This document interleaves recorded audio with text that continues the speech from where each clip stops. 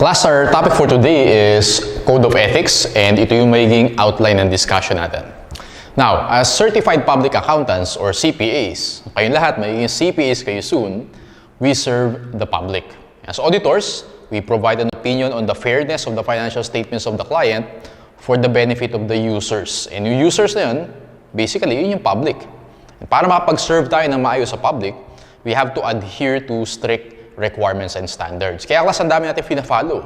For example, we have to follow the PSA, the Philippine Standards on Auditing. What else? The IFRS. The PSQCs, naalala niyo yung Philippine System on Quality Control? What else? Code of Ethics. And yung accountancy law, yung RA 9298, i-discuss natin yung next meeting. So, ang dami natin kailangan i-follow para makapag-serve tayo na maayos sa public. Right? And for today, mag-focus tayo sa Code of Ethics.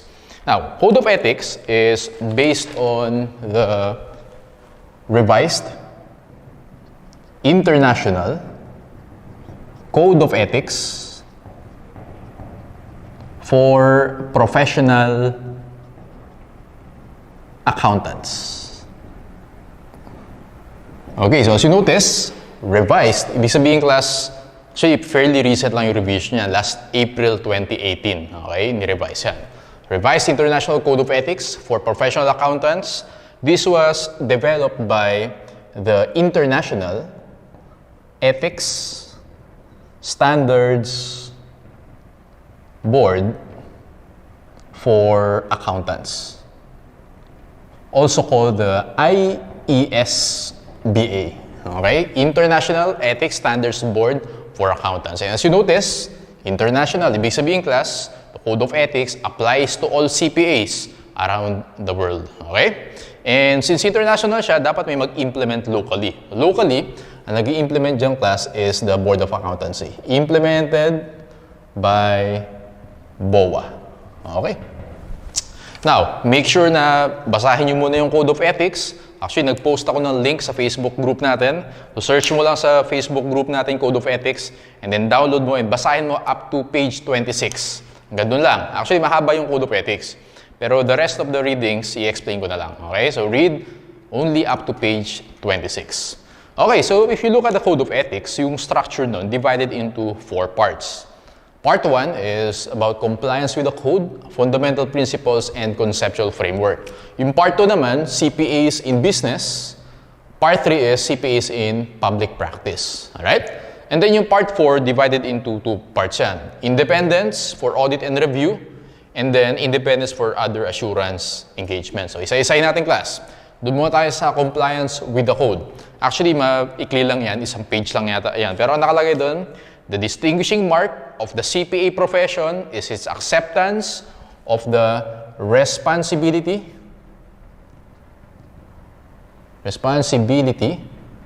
to act in public interest. Okay? So, yun yung nandun sa compliance with the code. Alright, so parang in line with yung sinabi ko kanina na we serve the public. Ang nakalagay din dun class sa compliance with the code na all CPAs must follow the Code of Ethics. Alright? So, now, yung fundamental principles naman class, actually may 5 tayo niyan. I-explain natin yan. Later, isa-isay natin siya. And then, may mention din dun about the conceptual framework. Basically, it's a framework na i-guide tayo kung paano tayo makakapag-comply with the fundamental principles. Alright? Now, take note class na yung part 1 na yan applies to all CPAs. Okay? While yung part 2, CPAs in business naman. Alright? So, pag sabi mo CPAs in business, ito yung mga employed. Okay? O kaya yung mga business owners or yung mga managers. So, ang ibig sabihin niyang class, yung part 2, nag-cite lang yung Code of Ethics natin kung paano mo i-apply yung conceptual framework for CPAs in business. Gano'n na siya, nag-cite siya ng mga instances. Alright? Now, yung part 3, CPAs in public practice, well, we know, pag sabi mong public practice, ito yung mga CPAs na nasa audit firms. Gano'n lang din. Nag-cite ng instances kung paano mo i-apply yung conceptual framework for CPAs na nasa audit firms. Got it? Part 4, basically about independence. Actually, independence, ang daming beses na natin yan di-discuss here in audit theory. And we know, yung importance sa independence whenever na nagre-render tayo ng assurance engagements. Kasi for assurance engagements, nagbibigay tayo ng opinion. So, kailangan independent tayo sa client.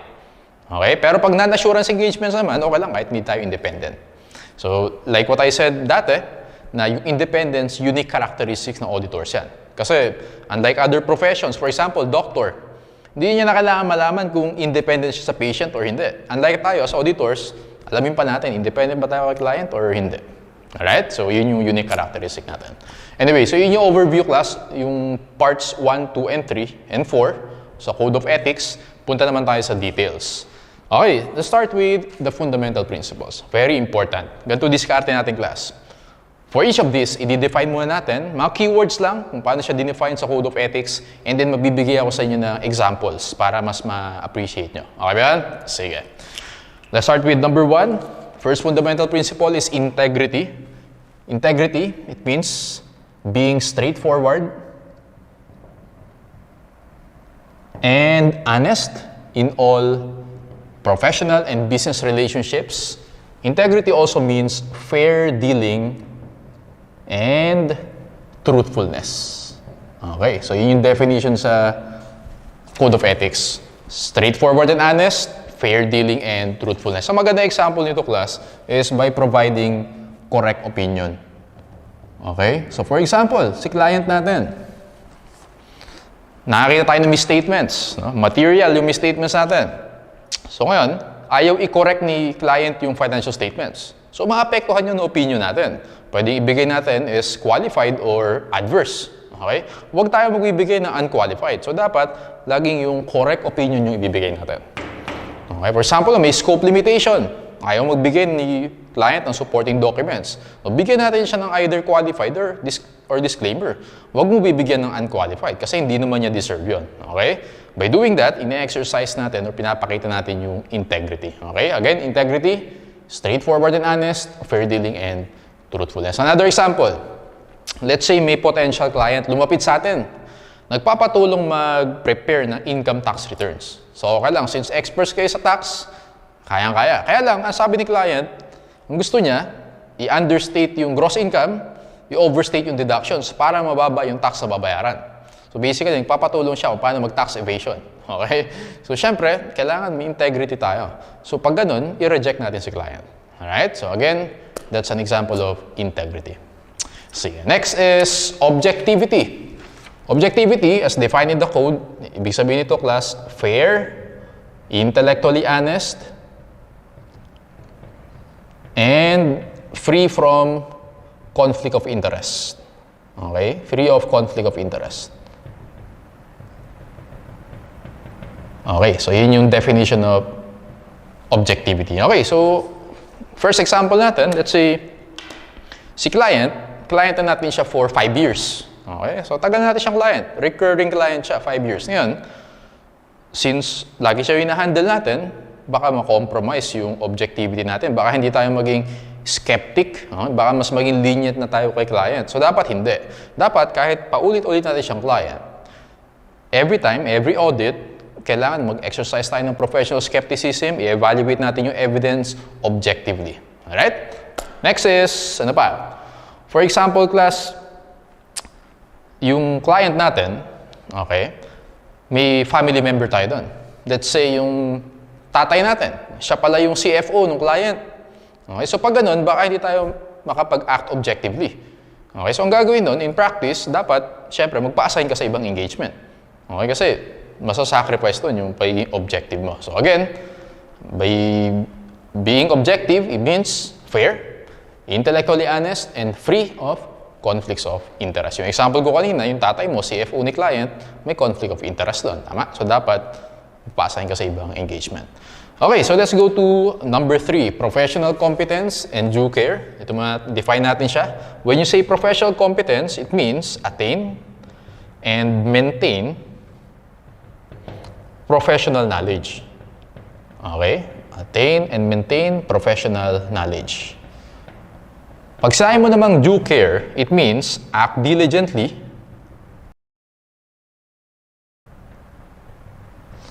and in accordance with standards. Okay, let's have an example. Dumunga tayo sa professional competence. Actually, may 2 stages yan. Merong attainment and maintenance of professional knowledge. Dumunga tayo sa attainment. Sir, paano natin ma-attain yung professional knowledge na yan? Well, kayong lahat, syempre, kailangan tapusin muna natin yung BS Accountancy degree. Okay, so dapat mag-graduate muna tayo sa BSA. What else? After that, syempre, ipapasa natin yung board exam, the SIPALE. Lahat kayo, papasa kayo ng board exam. Okay? Attainment yan ng professional knowledge. Ano naman yung maintenance, sir? Ngayon, pag nag-work ka na sa audit firm, maraming trainings doon, series of trainings, especially during slack season. Puro trainings yung gagawin nyo, maintenance yun. Another good example is pag kukuha ka ng mga CPD units or the Continuing Professional Development Units. Kasi kailangan mo yan para ma-renew yung license. Okay? So, attend ka ng seminars, attend ka ng trainings, and so on and so forth. Iyan naman yung maintenance natin ng professional knowledge. Okay? Pag sinabi mong due care, act diligently and in accordance with the standards. Ang pinakamaganda example niyan, syempre, we comply with all the requirements sa PSA. Okay? So, pag conduct natin ng audit, ano pa maganda example ng due care? Yung every time, all throughout the audit process, kailangan i-supervise tayo. May proper supervision especially from your senior associate kasi siya yung makaka-interact mo lagi. Senior associate, the managers, and the partners. Okay? Again, third fundamental principle is professional competence and due care. Let's go to number 4, confidentiality. When you say confidentiality, we respect the confidentiality of information acquired. Okay?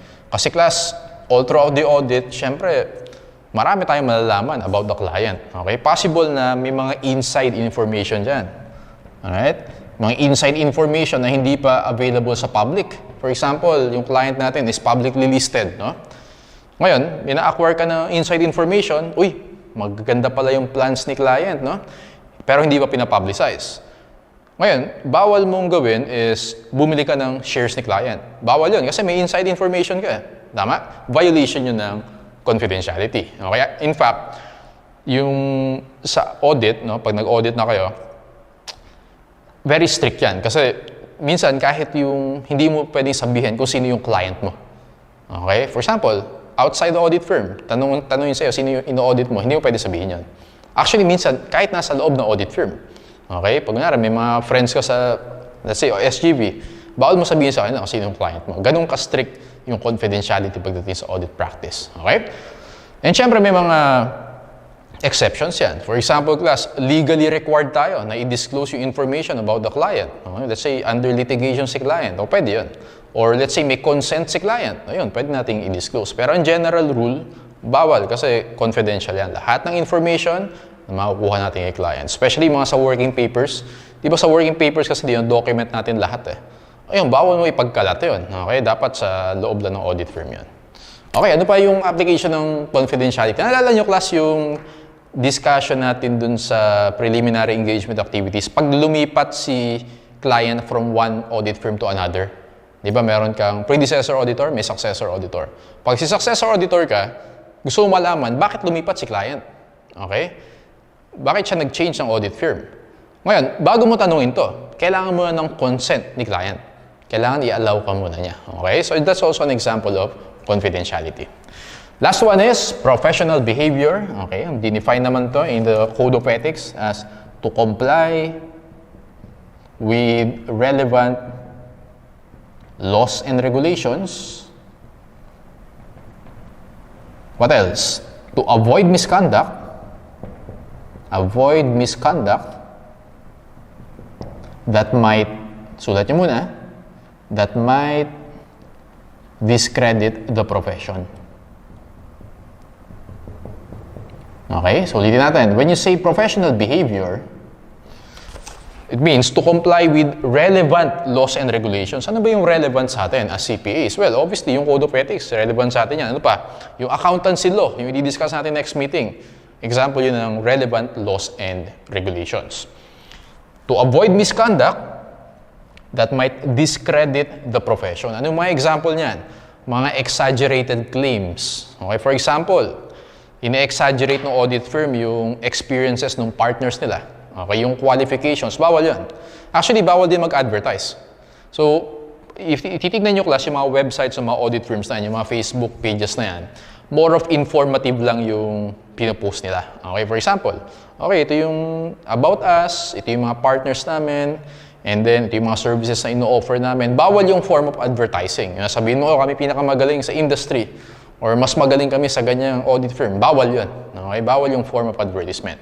It might discredit the profession. Ano pa yung bawal? Well, bawal ka manira ng mga other audit firms. Okay? Obviously, bawal yun.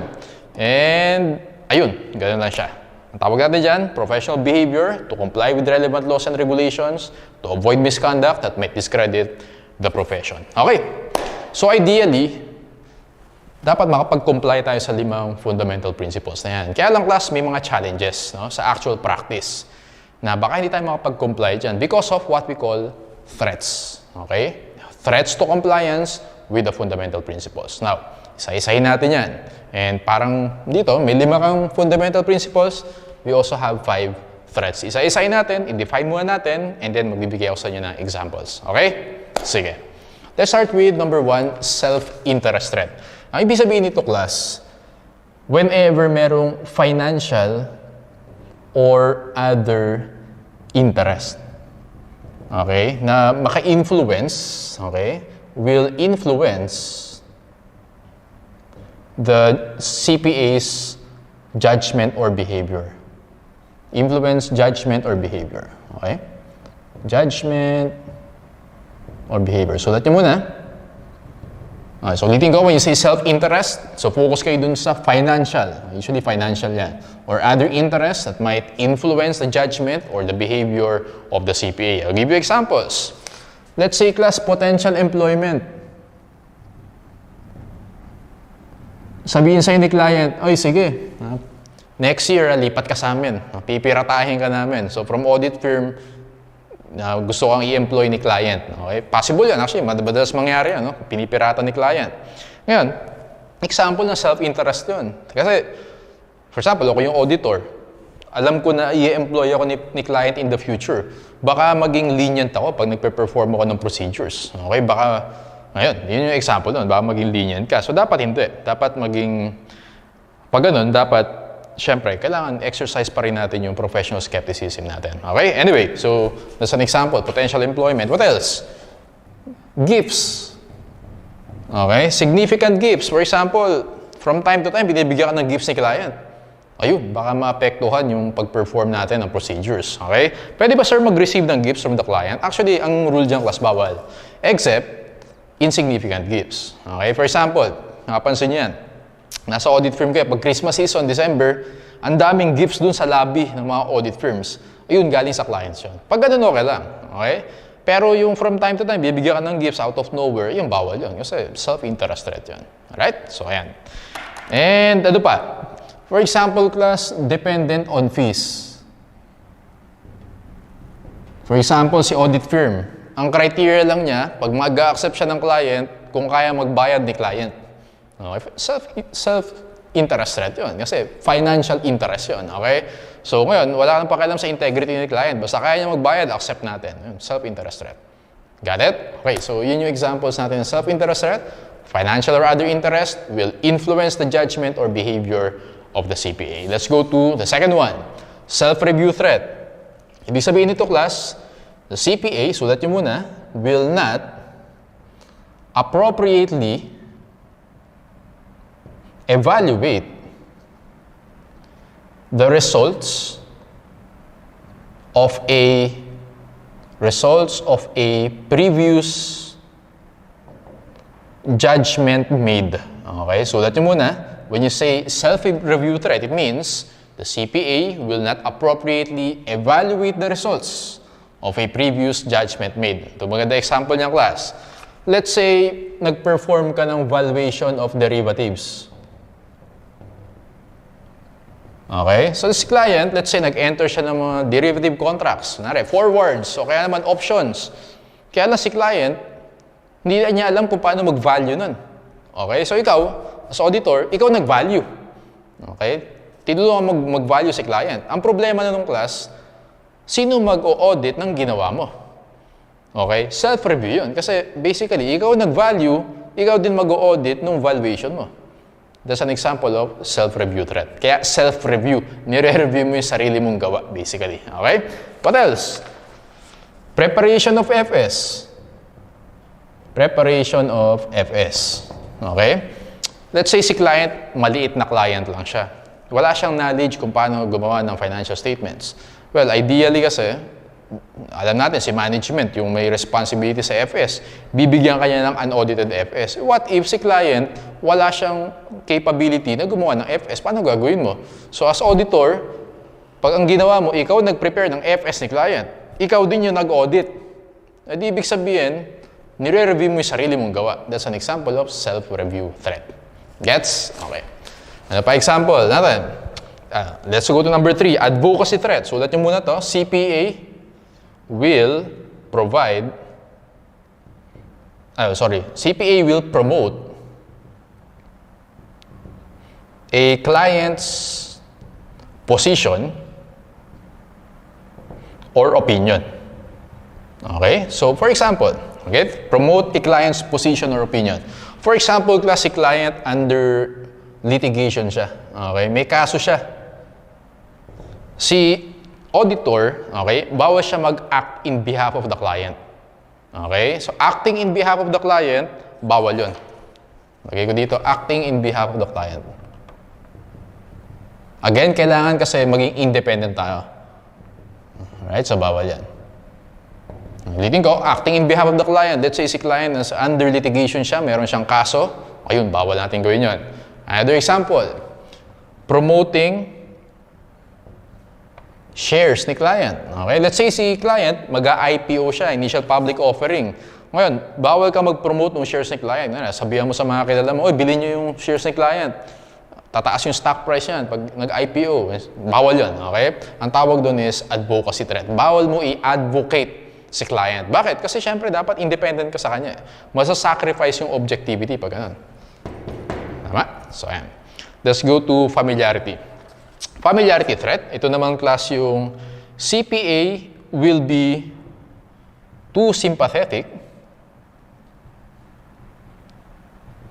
due to a long and close relationship with client.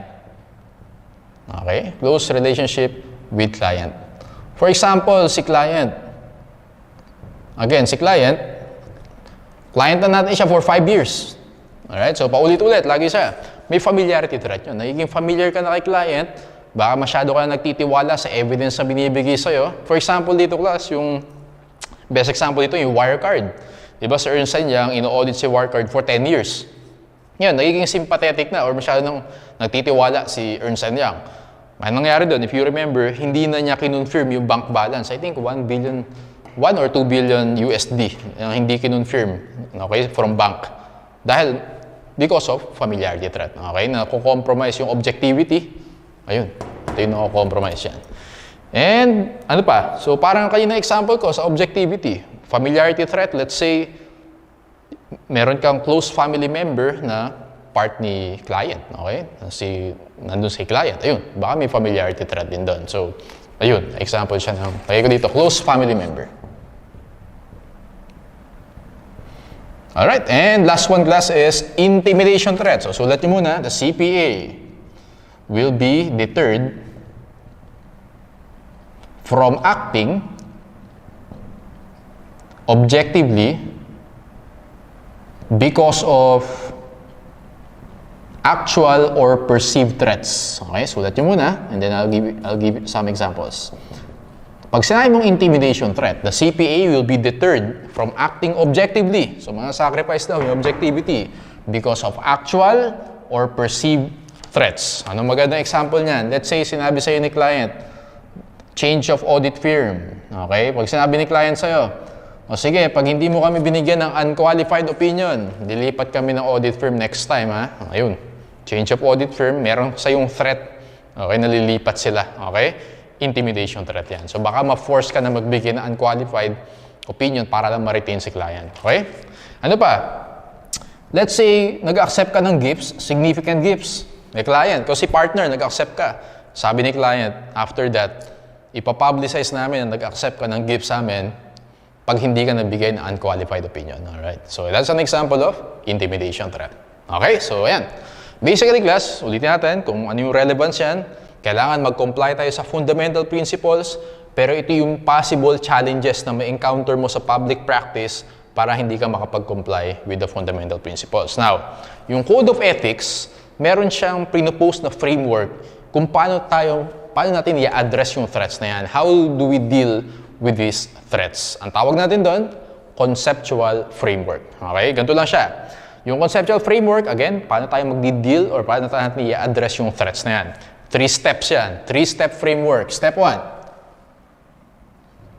is, evaluate muna natin yung threats. Step number 1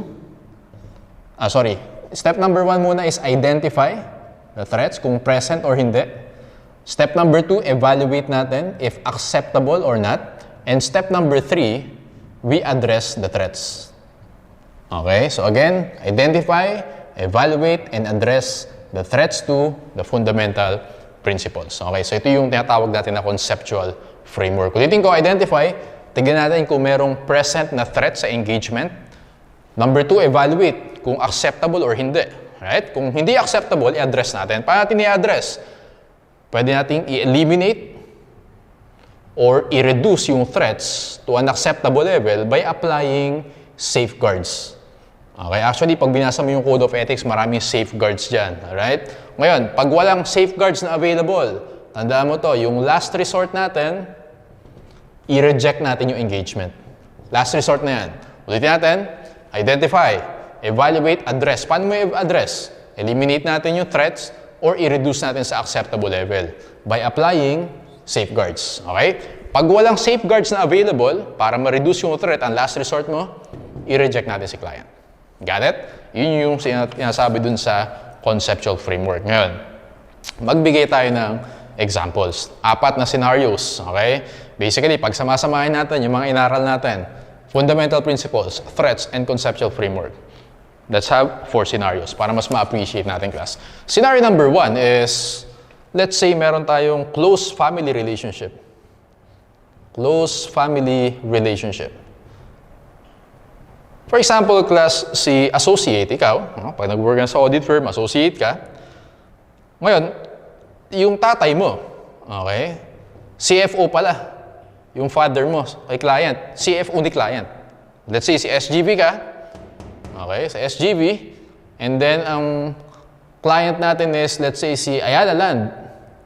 Ngayon, yung tatay mo pala yung CFO nun. Alright? So, ano yung identify natin? May threat ba dito? Yes. Ano yung threat dyan? Una, familiarity threat. Siyempre, kilala mo yung CFO. Tama? What else? Baka masacrifice yung objectivity natin. Alright? Sa pag-perform ng procedures. Ano pa? Intimidation threat. Baka ma-intimidate ka sa tatay mo. Diba? Kasi auditor ka, siya yung CFO. Kung identify natin, ibig sabihin may present na threats. Okay? Evaluate natin, acceptable ba or hindi? Hindi acceptable kasi syempre, yung CFO, yung direct na makakausap ng audit team. Ngayon, paano natin i-address yan? Okay, ganito yan, class. Para i-address yan, ikaw, as an associate, i-assign ka na lang sa ibang engagement. No, mo yan? Yun yung tinatawag natin na safeguard. By doing that, may eliminate natin yung threat. Gets? Okay, ulitin ko. Meron tayong familiarity threat na identify natin, in-evaluate natin, hindi acceptable. Ano yung possible safeguard para ma-eliminate yung threat or ma-reduce, ilipat ka na lang sa ibang engagement. Got it? Okay. So, ang isa pang safeguard dyan, yung sabihin mo sa tatay mo, mag-resign siya. Okay, as CFO. Okay, pero hindi. Sa practice, usually, papa-assign ka na lang sa ibang engagement. Let's have another example. Long association with client.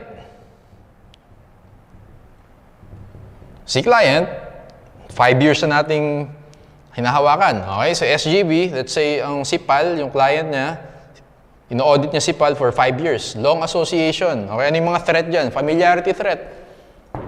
Okay, ano pa? Well, sabihin natin na sasacrifice din dyan yung objectivity. Siyempre, tagal mo nang hinahandle si client. Ano pa? Intimidation threat. Baka sabihin sa'yo ni Pal, o sige, lilipat kami pag hindi ka nagbigay ng unqualified opinion. So, ibig sabihin, may threat. Paano natin i-address yan? Ganito yan, class. In practice, para ma-address mo yung pag may long association with client, pwede siyang may rotation na tinatawag. Okay? Dito na lang. Rotation. Every 5 years, okay, i-assign sa ibang partner yan.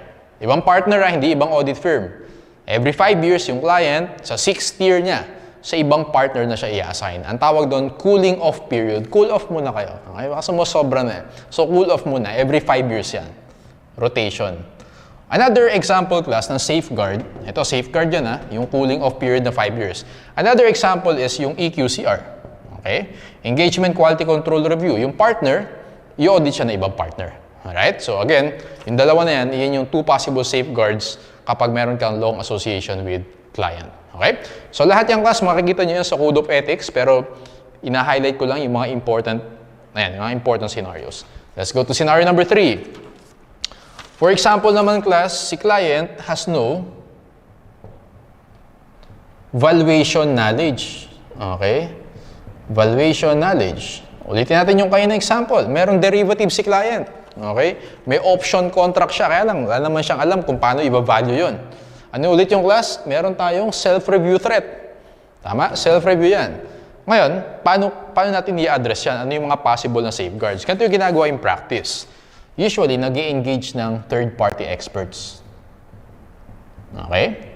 Hindi lang sa valuation. For example, yung client natin is mining. Okay? Mag-i-engage tayo ng mining engineers. Okay? O kaya naman, si client natin, may revaluation model, okay, sa PPE, mag-engage tayo ng mga appraisal experts. Okay? Mag-engage tayo ng experts pag ganun.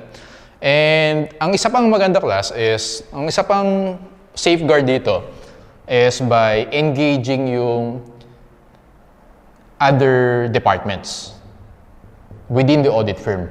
Pwedeng hindi third-party experts, pwedeng ibang departments. For example, si audit firms kasi, for example, si SGV, meron siyang advisory department. Okay? Yung advisory, isa sa functions niya is to perform valuation of derivatives. Okay? So in that case, nasa within the audit firm pa rin, pero at least independent siya.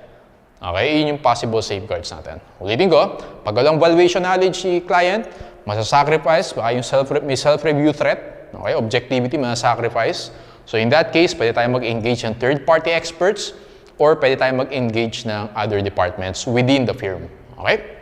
And last one is, scenario number 4 natin, let's say si senior associate. Okay? Meron siyang stocks or meron siyang shares dun sa client. Okay? For example, si SGV yung audit firm, ang ino-audit niya is PLDT. Ngayon, si senior associate na naka-assign kay PLDT, meron pala sang shares. Nag-i-invest siya. For example, sa call, financial. Nag-i-invest siya ng stocks. Ngayon, meron tayong threat dyan. Ano yan? Self-interest threat. Kasi gusto mo, syempre, tumaas yung shares ni PLDT. Gusto mo, maganda yung financial performance ni PLDT. Ano yung safeguard dyan? Okay? Ang possible na safeguards dito, class, dapat si senior associate, bago niya i-accept yung engagement, bago mag-start yung engagement, kailangan ibenta niya muna yung shares. Okay? I-sell niya yung shares, and then, magpakita siya ng proof na wala talaga siyang shares si PLDT. Okay? And ang isa pang safeguard dyan is, si senior associate, magpa-assign na lang siya sa ibang engagement. Huwag na kay PLDT. Okay? Pero usually, ang ginagawa dyan, pinapabenta na lang yung shares mo. Got it? Yun tinatawag natin na safeguard. So, ulitin ko, pag binasa mo yung Code of Ethics, yan yung makikita mo. Meron tayong 4 parts, meron tayong fundamental principles, threats, conceptual framework, and then naglagay tayo ng 4 na scenarios para ma-apply natin lahat yan. Okay. So, hindi ko i-erase yan, yung nasa board. Mag-refer tayo dyan as we answer our handouts. Alright, so before we answer, let's have a short